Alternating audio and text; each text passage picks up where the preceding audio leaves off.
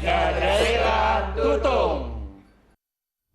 Bismillahirrahmanirrahim. Assalamualaikum warahmatullahi wabarakatuh. Selamat pagi dan salam sejahtera.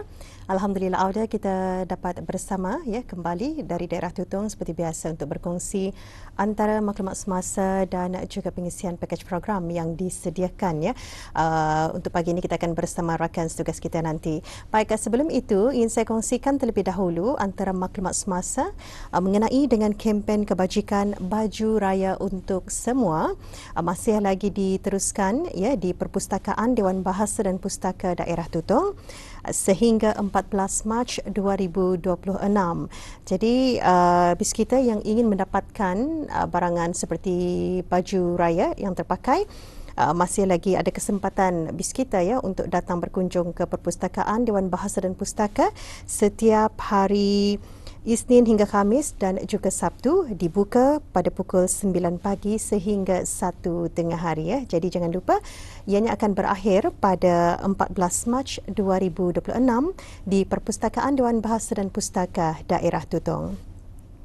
Dan seterusnya yang kita kongsikan pula mengenai dengan program Legasi Belia Ibadur Rahman bagi siri kedua akan diadakan lagi pada tarikh 1 Mac 2026 pada jam 4.30 petang. Jadi diharapkan juga kepada belia-belia yang telah pun mendaftar untuk menyertai program Legasi Belia pada siri pertama, bolehlah datang untuk meneruskan lagi bagi siri kedua yang akan diadakan di Masjid Hasanah Bolkiah Pekan Tutong, dan ini juga akan diisikan dengan ceramah motivasi. Jadi inilah satu program yang kesempatan untuk belia-belia kita ni khususnya di daerah Tutong untuk menimba ilmu pengetahuan yang berkaitan dengan pembangunan belia di negara Brunei Darussalam.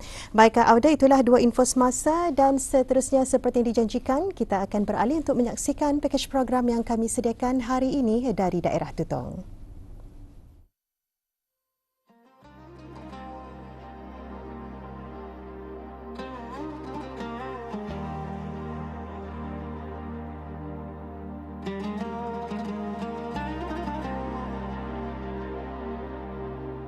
Khutbah merupakan salah satu wasilah dakwah yang berperanan penting dalam menyampaikan mesej keagamaan, membimbing kefahaman umat serta membentuk pemikiran dan akhlak masyarakat Islam secara berterusan. Khutbah juga bersifat sebagai medium komunikasi rasmi yang bersifat langsung, terancang dan berautoriti, khususnya dalam konteks khutbah Jumaat yang menjadi kewajipan mingguan bagi kaum muslimin. Melalui penyampaian yang sistematik dan berlandaskan dalil Al-Quran serta As-Sunnah, khutbah bukan sahaja mengukuhkan aspek kerohanian, malah berperanan sebagai instrumen pendidikan sosial dan pembinaan tamadun ummah. Di negara Brunei Darussalam, khutbah dilaksanakan secara tersusun di bawah pemantauan Kementerian Hal Ehwal Agama bagi memastikan keseragaman mesej dan ketetapan isi kandungannya. Peranan Jabatan Hal Ehwal Masjid amat signifikan dalam menyelaras teks khutbah agar selaras dengan dasar keagamaan negara yang berteraskan pegangan Ahli Sunnah wal Jamaah. Aktiviti mingguan menyemak teks kandungan khutbah oleh para khatib menggambarkan suatu mekanisme kawalan kualiti dakwah yang sistematik. Amalan ini memperlihatkan bahawa khutbah sebagai wasilah dakwah bukanlah suatu wacana yang bersifat spontan semata-mata, bahkan merupakan teks ilmiah yang melalui proses penelitian dan penapisan sebelum disampaikan kepada khalayak. Dalil Al-Quran Surah Al-Mu'minun ayat 1 hingga 3. Tafsirannya, sesungguhnya berjayalah orang-orang yang beriman, iaitu orang-orang yang khusyuk dalam sembahyang mereka dan orang-orang yang menjauhkan diri daripada perbuatan dan perkataan yang sia-sia. Khutbah dianggap sebagai satu medium dakwah yang paling penting dalam Islam kerana ia adalah platform formal dan berstruktur yang berakar umbi dalam amalan Nabi Muhammad sallallahu alaihi wasallam dan diteruskan oleh umat Islam selama berabad-abad Kepentingannya boleh dilihat dari beberapa aspek utama. Pertama, kewajipan agama dan sunnah Nabi.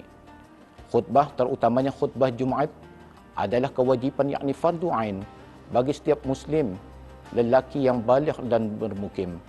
Ia adalah sunnah yang diamalkan secara konsisten oleh Nabi Muhammad SAW dalam menyampaikan ajaran Islam, nasihat dan panduan kepada para sahabat, menjadikannya satu kaedah penyampaian yang mempunyai kedudukan agama yang tinggi. Kedua, jangkauan masa dan keteraturan. Khutbah disampaikan secara berkala, yakni biasanya mingguan di masjid-masjid utama, membolehkan mesej Islam sampai kepada bilangan pendengar yang ramai secara konsisten. Ini memastikan umat Islam sentiasa diingatkan tentang ajaran asas agama, isu-isu semasa dan kewajipan mereka sebagai Muslim. Ketiga, pendidikan dan nasihat yakni mau'izah. Ia berfungsi sebagai saluran pendidikan berterusan, di mana khatib yakni penyampai khutbah menyampaikan ajaran Al-Quran dan hadis serta nasihat dan peringatan yang relevan dengan kehidupan seharian masyarakat.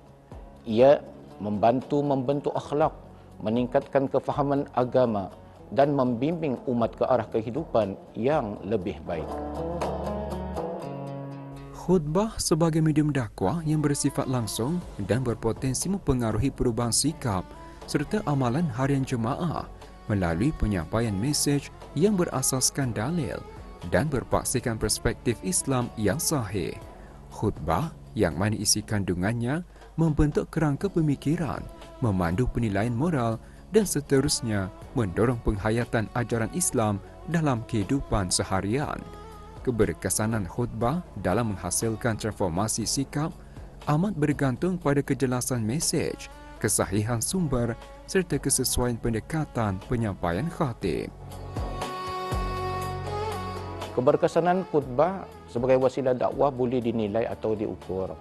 Di antaranya, pertama, persediaan dan penyampaiannya, iaitu kualiti isi, kandungan relevan, berilmu, bersumberkan Al-Quran dan Sunnah dan sesuai dengan isu semasa.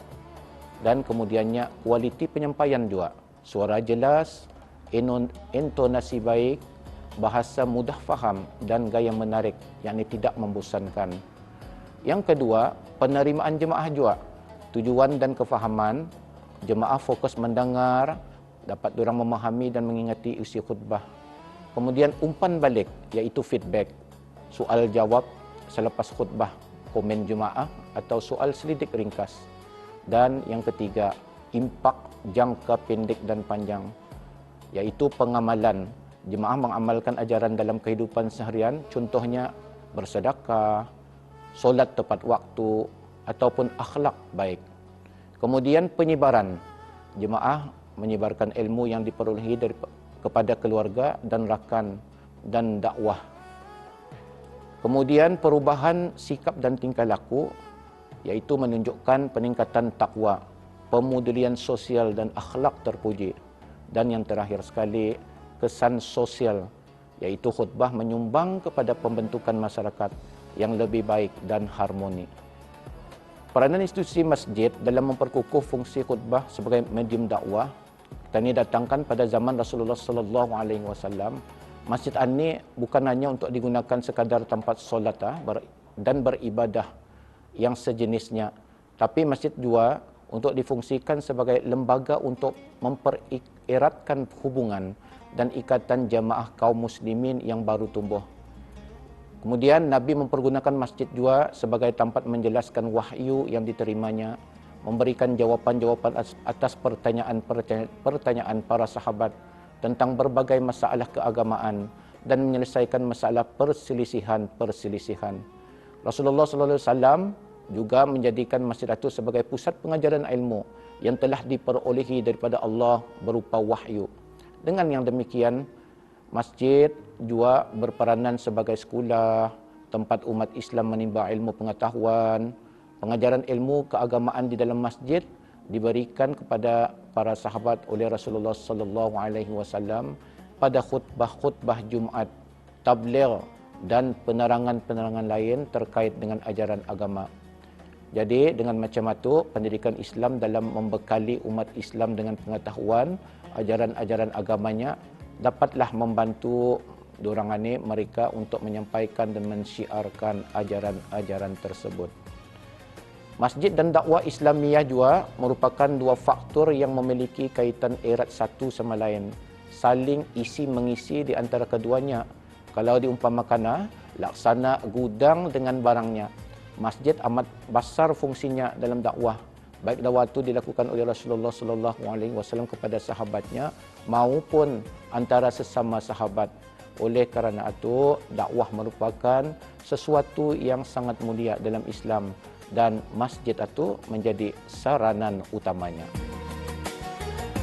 Tuntasnya, khutbah memainkan peranan dalam menyampaikan risalah Islam secara tersusun dan berimpak terhadap pembinaan pemikiran serta tingkah laku masyarakat melalui penyampaian yang berhikmah, berasaskan dalil dan analisis terhadap isu kontemporari. Khutbah berupaya membentuk nilai, memperkukuh perpaduan serta menanam kesedaran terhadap diri kita sebagai hamba Allah. Justeru pemerkasaan khutbah secara berterusan dan metodologi penyampaian khutbah perlu diberi perhatian agar ia kekal relevan sebagai medium dakwah yang menyumbang kepada pembentukan masyarakat Islam yang berilmu, berakhlak dan berdaya saing.